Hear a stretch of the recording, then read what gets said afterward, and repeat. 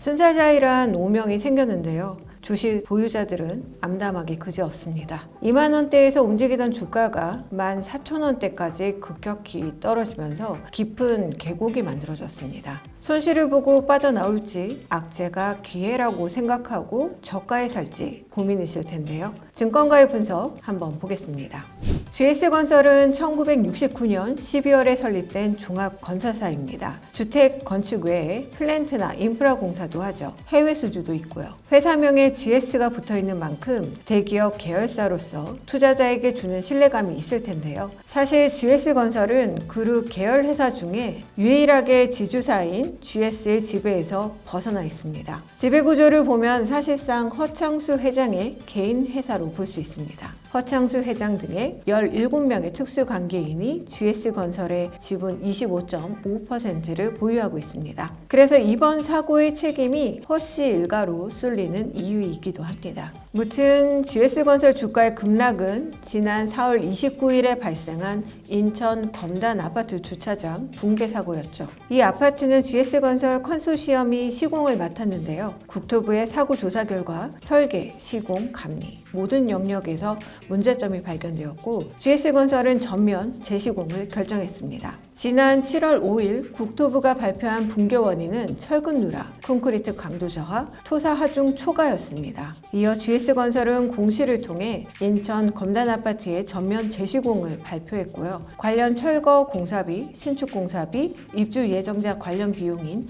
5,500억 원을 2분기 결산 손실에 반영하겠다고 밝혔습니다. 현재 증권가는 5,500억 원의 비용을 실적에 반영하면서 연간 실적 추정치를 손보고 있고요. 이에 따라 목표 주가나 투자 의견을 내리고 있습니다. 메리츠증권은 재시공 비용 반영으로 2분기 연결 영업이익은 마이너스 3,434억 원을 기록해 기존 컨센서스 1,675억 원을 크게 하회할 것이라고 전망했습니다. 다만 5,500억 원이라는 비용은 타 시공사 LH와의 비용 분배를 고려하지 않은 금액으로 이후 협의에 따라 비용이 환입될 가능성이 있다고 봤습니다. 다만 그 시기는 가늠하기 쉽지 않다는 분석입니다. 다소 긍정적인 해석도 있습니다. 붕괴 사고 이후 시가총액이 약 6천억 원가량 하락했지만 명시적인 비용은 반영되었고 비용이 5년 분할 투입되면 유동성 우려는 제한적이고 일부 언론이 1조 원 이상의 비용 반영을 언급하던 상황에서 빠른 결정이 이뤄져 불확실성이 완화되었다는 것이죠. 이러한 의견에 공감해 주식을 매수한 투자자분들도 상당수 있으실 겁니다. 특히 신한투자증권은 2분기 대규모 충당금 반영 후 실적은 3분기부터 정상화될 가능성이 높다고 분석했습니다. 다만 앞으로 주시해야 할 부분은 현금 흐름이라고 지적했습니다. 재시공 관련 현금 유출은 공사가 진행되며 발생하기 때문이죠.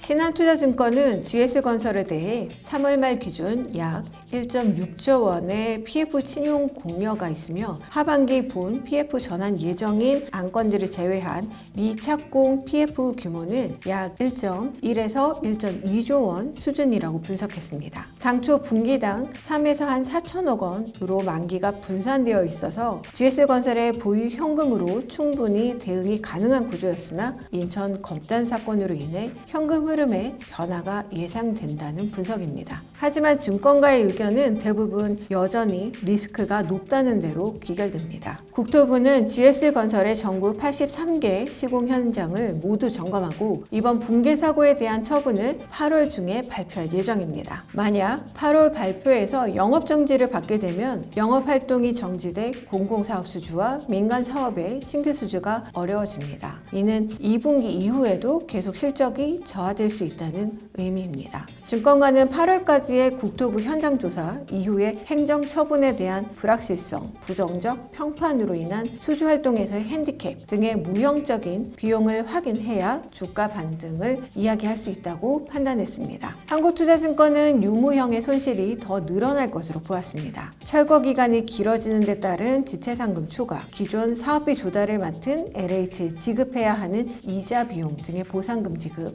브랜드 문제 인지도 하락에 따른 정비사업지 수주 성과 감소 등을 지적했습니다. 또 재시공 결정에 따른 손실 금액 모두를 연간 에비타로 충당 가능한 수준이지만 30% 내외의 배당 성향을 유지해온 회사의 배당 정책의 지속 여부는 가늠할 수 없다고 분석했습니다. 하나증권 역시 대규모 손실 반영의 여파로 부동산 PF 차안의 어려움, 신용등급 하향, 재무 안정성 악화 등이 우려되고 장기적으로는 자이 브랜드 신뢰도 하락에 따른 수지 경쟁력 악화 여부에 대한 확인도 필요해진 상태라고 지적했습니다. 사실 아이러니하게도 GS건설은 사고 직전까지는 2분기 후실적이 예상되었습니다. 한국투자증권은 기존 2분기 연결 매출액을 3조 6,908억 원, 영업이익은 1,927억 원으로 각각 전년 대비 21%, 17.2% 증가할 것으로 보았습니다. 컨센서스보다 높은 실적을 낼 것으로 보았죠. 또 상반기 주택 공급 성과 또한 양과 질 면에서 경쟁사 대비 양호했다는 점에서 이번 사고가 아쉽다고 분석했습니다. 아쉬운 점은 인천 검단 사고 외에도 또 있죠. 최근 폭우로 사고가 많은데요. GS건설이 시공한 개포자이, 흑석자이의 침수 사고도 이슈가 되었죠. 기업 이미지에 타격을 주는 뉴스가 자꾸 이어지고 있는데요. 더 이상 안타까운 소식이 없길 바랍니다.